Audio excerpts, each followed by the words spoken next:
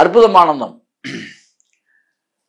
Mister ladies மெய்யன்பர்களுக்கு உங்கள் பாரம்பரிய வைத்தியர் உங்கள் ராஜசூரியன். இரத்த ஓட்டம் சரியானால் மொத்த ஓட்டம் சரியாகும். ஆக இந்த மொத்த ஓட்டம் சரியானால் பித்த ஓட்டத்திலிருந்து கப ஓட்டத்திலிருந்து வாத ஓட்டம் வரைக்கும் ஓடிடும். அப்ப இரத்த ஓட்டத்தை சரி செய்வது எப்படி, நல்ல இரத்தத்தை உடம்பில் பாய்ச்சுவது எப்படி? அதுக்கு நான் சொல்கிறேன், நீங்கள் சோறு காய்ச்சுவதில் இருக்கிறது. ஆறிப்போன விஷயங்களை மீண்டும் மீண்டும் சூடு காய்ச்சி சாப்பிடக்கூடாது. முதல்ல இந்த பாயிண்ட்டுக்கு வந்துடணும். ஆஹா நல்ல குழம்பாச்சு, காலையில சாப்பிடணும் வச்சிருந்து திரும்ப காலையில இது மாதிரி சாப்பிட்டீங்கன்னா மொத்த ரத்தம் கெட்டு போயிடும். அவ்வப்பொழுது உணவுகளை 4 மணி நேரத்துக்கு மேல யூஸ் பண்ணாதீங்க. 4 மணி நேரத்துக்கு முன்னாடி அதோட முடிச்சிருங்க. ரத்த ஓட்டம் சிறப்பா வரணும்னா அதான். பச்சரிசியை உணவுல பயன்படுத்துங்க தயவு செய்து சொல்றேன். உங்க பிரெயின் எப்போதும் நல்லா இருக்கணும். சுகர் கண்டென்ட்டுங்க நீங்க தான் சாப்பிடணும். முக்கியமா ஐயோ பச்சரிசி சாப்பிட்டா எங்களுக்கு சுகர் ஓவர் ஆயிடுறதா? ஓவர் ஆகாது, அதுல எல்லாம் ஓவர் ஆகாது. பச்சரிசி சாப்பிடணும். வேற ஒண்ணும் இல்ல, பச்சரிசியில துவர்ப்பு தன்மையை நீங்க சேர்த்துக்கணும். உண்மையான பச்சரிசியோட நீங்க சாப்பாட்டுல துவர்ப்பு தன்மை சேர்த்துட்டா சுகர் குறைஞ்சிடும். அது ஒண்ணும் இல்ல, அதெல்லாம் சாப்பிட்டுட்டு நீங்க ஒரே ஒரு ஸ்பூன் வெந்தயம் சாப்பிட்டீங்கன்னா சுகர் பேஷண்ட் நல்லா பச்சரிசி மனமாற வயிறார சாப்பிட்டு ஒரு ஸ்பூன் வெந்தயத்தை கொட்டிங்க, முடிஞ்சு போச்சு, அவ்வளவுதான், சுகர் கண்ட்ரோல். அப்பவே சத்தியம் பாருங்க. அதனால பயந்துக்கிட்டு பச்சரிசியே தொட மாட்டேன், அந்த சப்பாத்தியே போட்டு நசுக்குன்னு திங்கிறதுக்கு பச்சரிசியில பொங்கி நான் சொல்ற மாதிரி செய்யுங்க. தேங்காய் பால் இருக்குல்ல, ரத்த ஓட்டம் அதிகரிக்க தேங்காய் பால், நல்ல தேங்காய் பால் எடுத்துங்க, பச்சரிசியை பொங்குங்க. தேங்காய் பால் இருக்குல்ல, தேங்காய் பால் அதில் போடுங்க, கொஞ்சம் உப்பு போடுங்க. பீட்ரூட் இருக்குல்ல, பீட்ரூட் சட்னி காலையிலேயே, மாமா காலையில தான் டிஃபன்லாம், இதுதான் டிஃபன். ஒருக்க சாப்பிட்டு பார்த்துட்டு அப்புறம் சொல்லுங்க. தேங்காய் பால் வேற ஒண்ணுமே இல்லை, வெறும் தேங்காய் பால். சூடெல்லாம் படுத்தக்கூடாது. தேங்காய் பால் நேச்சர் பால் அப்படியே. பச்சரிசி வெந்தது நல்லா பொங்கிருங்க. சாப்பாடு சூடா, சாப்பாடு சூடா இருக்கணும். தேங்காய் பால் அந்த சூடான பச்சரிசியில ஊத்துங்க. என்ன சார் போடலாம்? சுகர் கண்டென்ட் இனிப்பு பிடிக்கிறவங்க இனிப்பு போட்டுங்க, அது ரொம்ப சாப்பிட முடியாது. நீங்க கொஞ்சம் உப்பு போட்டுக்கிட்டீங்கன்னா செம்மையா இருக்கும். சில பேர் அதெல்லாம் தேவையில்லாம சூப்பராகவே இருக்கும், நல்லாவே இருக்கும். சரி, காரசாரமா உங்களுக்கு பிடிச்ச மாதிரி எதுல அரைக்கணும்? பீட்ரூட் நல்லா தளன்னு இருக்கக்கூடிய பீட்ரூட் வாங்கிட்டு வந்து நல்லா அரைச்சு, அதை உங்க சௌரியம் நல்லா வணக்கிடணும். பீட்ரூட்டை நல்லா வணக்கணும், நெய் போட்டு வணக்கணும். அது சுத்தமான நெய். நெய் பிடிக்காதவங்க நல்லெண்ணெய் போட்டுருங்க, சுத்தமான நல்லெண்ணெயில நல்லா வணக்கி அதுக்கு தேவையான காரங்கள், சட்னிக்கு தேவையான விஷயங்கள்லாம் அதை வச்சு, காரம் சாரமா வேணும்ல, கருவேப்பிலை அது இது எல்லாம் வச்சு நல்லா அரைச்சு, சின்ன வெங்காயம்லாம் வணக்கிறதோட அதெல்லாம் போட்டுக்கலாம், நல்லா டேஸ்டா இருக்கும். நல்லா அதை காரமா வச்சு அதை தொட்டுக்குங்க. எவ்வளவு சட்னி நிறைய சாப்பிடுங்க, 1/4 கிலோ இதை கூட நீங்க சாப்பிடுங்க. பிளட் சர்க்குலேஷன் சொல்றேன்.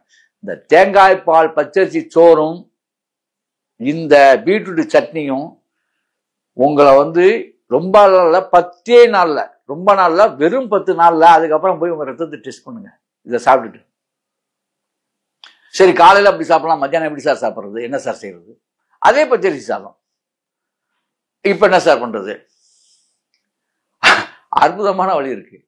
பூண்டு இருக்கு பார்த்தீங்களா, வெள்ளை பூண்டு, இது சுத்தப்படுத்துறது. இந்த பூண்டு, வெள்ளை பூண்டும் அதே மாதிரி வெண்டைக்காயும் வெள்ளை பூண்டு, வெள்ளை பூண்டு, அதாவது பூண்டு குழம்புன்னு சொல்லுவாங்க. வெண்டைக்காய் போட்டு செய்யணும். அதை வெண்டைக்காய் போட்டு அந்த பூண்டு குழம்பு செய்யுங்க. தக்காளி போட்டு செய்யுங்க, புளி சேர்க்காதீங்க, புளி சேர்த்தா ரத்தம் கம்மியாயிரும். தக்காளி போட்டு பூண்டு குழம்பு செய்யுங்க, ரத்தத்தை அதிகப்படுத்தும். பூண்டு குழம்பு, பூண்டு நிறைய பூண்டு உரிச்சு போடுங்க. மத்தியானத்துக்கு பூண்டு குழம்பு, வெண்டைக்காய் போட்ட பூண்டு குழம்பு. ரத்தத்தை வெண்டைக்காயும் பூண்டு சேர்ந்தால் ரத்தத்தை அதிகப்படுத்தும். வெள்ளை அணுக்களை அதிகப்படுத்தும் சொல்ல போனா போதுமா? ஹீமோகுளோபினையும் அதிகப்படுத்தும். வெள்ளை அணுக்களை ரொம்ப அதிகப்படுத்தும். இது மத்தியானத்துல. நைட்டுக்கு என்ன சார் பண்றது? நைட்டுக்கு ஒன்றும் கவலையே படாதீங்க. நைட்டு சாப்பிடாதீங்க தயவு செஞ்சு. என்னுடைய தியரிப்படி 6 மணிக்குள்ளாக முடிங்க, இல்லாட்டி 7 மணி, அதுக்கு மேல போயிடாதீங்க. என்ன சார் சாப்பிடுறது? ரத்தத்தை அதிகப்படுத்தும் சார். எல்லாரும் பாருங்க, ரொம்ப சிம்பிளா தான் சொல்லியிருக்கேன். இதுக்கு மேல ஒரு அற்புதமான மருந்து இருக்கு.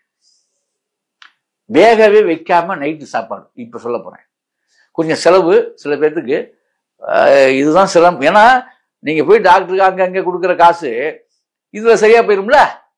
அதனால ஒரு 10 நாளைக்கு தானே செய்ய போறீங்க, டெஸ்ட் பண்ற வரைக்கும் தான். என்ன டெஸ்ட் பண்ணுங்க, இவர் சொன்னது நியாயமா, உருமா கட்டிக்கிட்டு பெருமையா சொல்லிட்டு போயிட்டாரு, இது சரியா இருக்கா பாருங்க ஐயா, செக் பண்ணுங்க. சும்மா ஏதோ பேசிட்டு போல. அப்ப சுகருக்கு பேஷண்ட்னா அதை செய்யலாமா?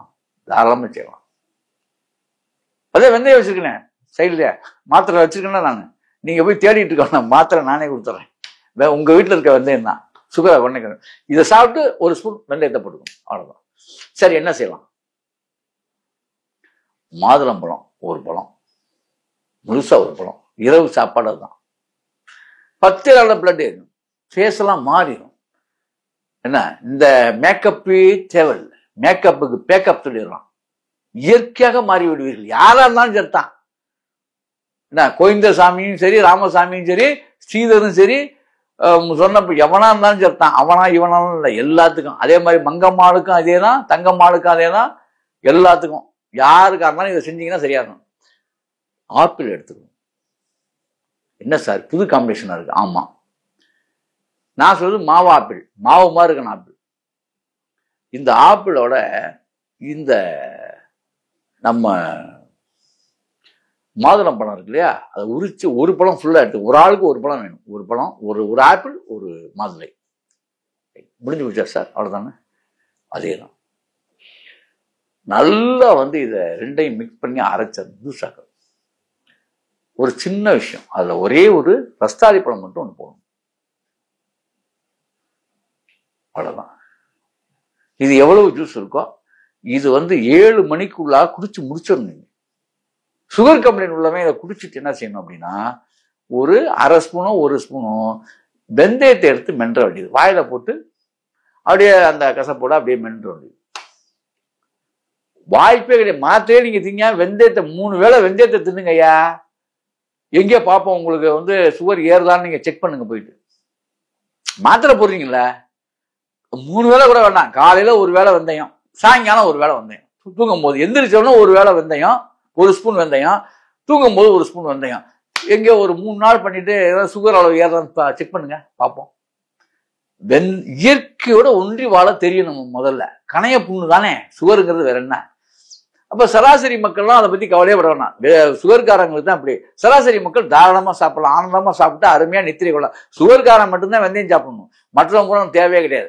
அப்ப பிரஷர் நோயாளி என்னங்க பண்றது? தாராளமா இதுவே பிரஷரை குறைச்சிடும் இந்த உணவே. ஆகவே என்பர்களே, இப்படி செய்து அப்படி வாழுங்கள். அற்புதம், ஆனந்தம்.